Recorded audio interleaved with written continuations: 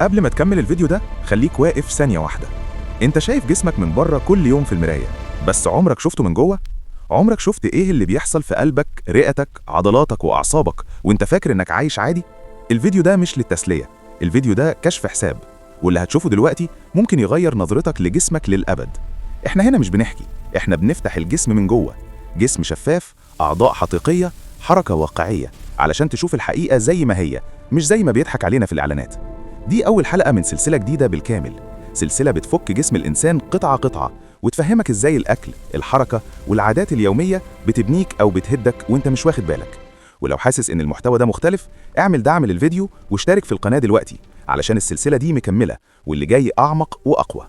وبالمناسبة صلوا على الحبيب صلى الله عليه وسلم، علشان اللي جاي علم، والعلم من غير بركة ملوش قيمة. دلوقتي ركز، شايف الجسم الشفاف قدامك؟ ده مش نموذج 3D وخلاص، ده نفس جسمك، نفس العضلات اللي بتشيلك، نفس القلب اللي بيشتغل غصب عنه، نفس الرئة اللي بتاخد نفسك وانت مش حاسس. كل حركة صغيرة، كل عادة بسيطة بتسيب أثر جواك، والأثر ده إما بيقويك يا إما بيسحب منك عمرك حتة حتة.